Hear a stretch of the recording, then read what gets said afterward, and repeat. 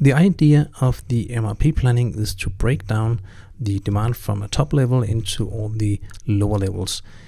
And that's of course what you need to know when you are planning in your planning worksheet.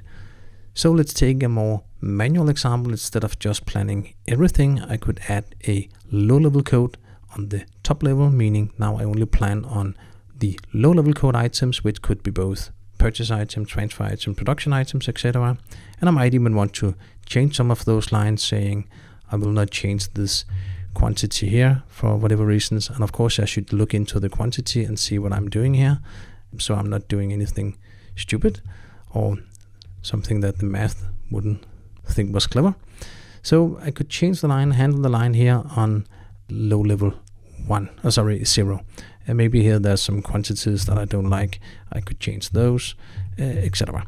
So for each of those lines, when the line were calculated, if it's manufactured items, the system will have made demands or planning component lines under that specific line, saying if this planning line was supposed to be made, we need to have all those components with an expected quantity here and whatever due dates here.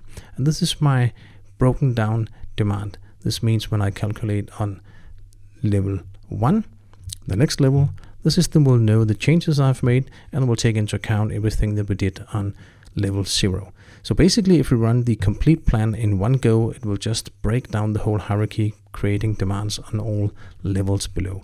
And likewise, if I'm doing here what we could call low-level code planning, I could just take one level at a time, maybe from 2 till the rest of them.